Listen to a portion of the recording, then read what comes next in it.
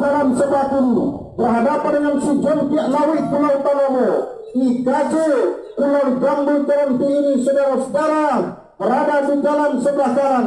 Dari kejauhan saudara-saudara tampak perlawanan yang cukup ketat diberikan oleh Rimbo Hati Sialang Batua. Kendati yang harus dihadapinya adalah Jontiak Lawik Pulau Tanomo IKJ Kanci.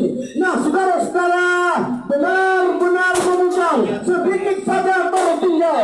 Rimbo Hati Sialang Batua LTD akankah si Jontiak Lawik terkulai di hari pertama?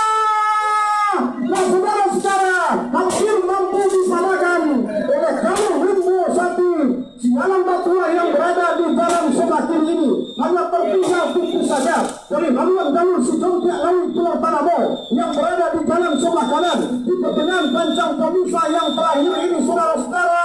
Akankah kemenangan sementara di haluan si Jontiak Lawik ini akan mampu mengantarkannya ke hari kedua? Belum bisa kita pastikan, hanya tinggal beberapa meter. Masuk sudah hulu yang kedua segera berputar dan rapat di depan Dewan